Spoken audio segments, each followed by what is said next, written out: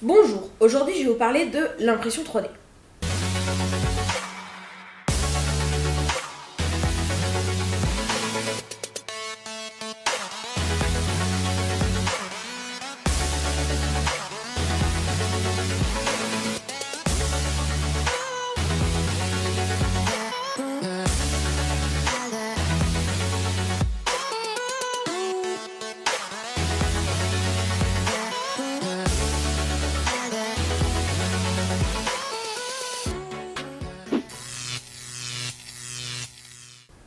Je sais pas si vous vous souvenez, mais il y a quelques années, pour mon équipe de robotique, j'avais acheté cette imprimante 3D à un Fab Lab pour notre projet de recherche. Et bien aujourd'hui, je vais vous présenter le fonctionnement d'une imprimante 3D.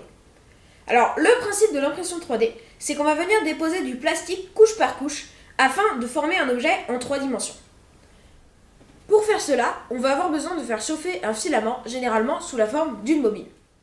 C'est la tête d'impression qui va chauffer le filament à 210 degrés environ et qui va le déposer sur un plateau couche par couche. Pour faire cela, la tête a besoin de se déplacer sur 3 dimensions, X, Y et Z. On trouve 2 types d'imprimantes.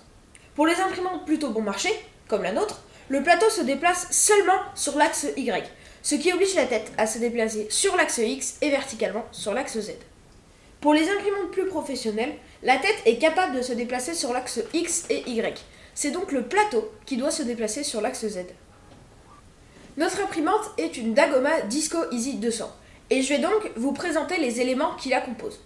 Alors, en premier lieu, on a un plateau qui va recevoir les couches une à une. On a également derrière un moteur d'extrusion qui va conduire le filament vers la buse d'extrusion. Et bien évidemment, la buse d'extrusion qui va venir chauffer le filament à 210 degrés et le déposer sur le plateau au fur et à mesure des couches. Mais alors, c'est quoi la différence avec une imprimante 2D classique? Eh bien, quand on veut imprimer un document, que ce soit une image ou du texte sur une imprimante classique, on fabrique ou on choisit notre document à imprimer. Et lorsqu'on l'envoie sur l'imprimante, on doit choisir des paramètres assez simples, la couleur, la taille ou encore le type de papier. Pour une impression 3D, il faut passer par un logiciel spécial, Cura. Ce logiciel va nous permettre plusieurs choses. La première chose à faire est de positionner notre objet sur le plateau et si besoin de l'agrandir. Ensuite, il faut choisir le type de filament, ainsi que la précision et la solidité de notre pièce. Mais alors, pourquoi ne pas choisir directement la pièce la plus précise et la plus solide? Alors d'une part, on va utiliser plus de filaments.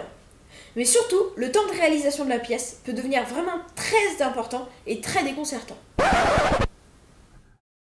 Quand on réalise un objet via un logiciel en 3D, on va l'enregistrer en .stl pour qu'il soit bien interprété par Cura. C'est Cura qui va ensuite le convertir en fichier G-code directement compris par l'imprimante. Le fichier G-code, c'est le fichier qui contient les instructions de déplacement et d'extrusion de l'imprimante. Pour notre projet avec la West Team, on a besoin d'imprimer des maisons et des immeubles en 3D. Je vais donc vous montrer comment je procède. Alors, sur Thingiverse, j'ai trouvé un modèle de maison qui me plaît. Donc, je l'ai téléchargé et je vais l'ouvrir dans mon logiciel qui s'appelle Cura. On va importer notre pièce. Et ici, on a la pièce qui est dans notre environnement de travail qui, en fait, représente notre imprimante. On peut tourner comme ça. Et ici, première chose qu'on va venir faire, c'est réduire la taille. Donc, moi, je vais la mettre de cette taille-là. Ensuite, on peut la tourner sur elle-même et on peut la déplacer dans notre environnement qui, du coup, représente notre imprimante. Moi, je vais la mettre au milieu.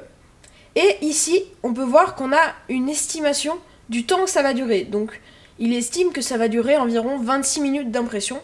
Et il estime aussi le filament que ça va utiliser. Ici, donc, on a les paramètres de tout à l'heure. Ici, on peut changer le type de filament. Donc, moi, je vais mettre chromatique. Et ici, on peut changer la couleur, mais ça ne sert pas vraiment à grand-chose. Ici, on va pouvoir choisir le remplissage de la pièce. Donc, je vais laisser creux parce que vous voyez ici que ça dure beaucoup moins de temps. Et ça sert à rien non plus que ce soit plus solide. La qualité, je vais laisser rapide parce que vous pouvez voir que si on met en fin, ça dure un peu plus de temps. Donc je vais laisser en standard, je pense. Et ici, je vais même mettre quand même rempli pour que ce soit un peu plus solide. Et ici, on met pas de support. C'est si jamais on a une pièce qui a besoin d'un support pour s'imprimer en l'air. Mais nous, on va pas en mettre. Donc maintenant, une fois qu'on a tout réglé, on va pouvoir faire préparer l'impression. Ensuite, ça va automatiquement s'enregistrer dans les cartes SD, dans la seule carte SD qui connaît, et il va l'enregistrer dans un fichier qui s'appelle Dagoma 0.g. Alors, .g, c'est l'extension pour les fichiers G-code. Et nous, on va immédiatement le renommer en maison tuto. Ensuite, on va pouvoir éjecter notre carte SD et on va pouvoir aller la mettre dans l'imprimante. Donc, l'imprimante est branchée, on va venir l'alimenter et on va venir mettre notre carte SD. On attend que l'imprimante s'allume, c'est bon. On va ensuite aller dans Impression depuis carte SD et on va choisir notre maison tuto. Donc là, l'imprimante passe par une phase d'initialisation où elle va en fait repérer les points du plateau et repérer la hauteur du plateau. Donc là, on la laisse faire.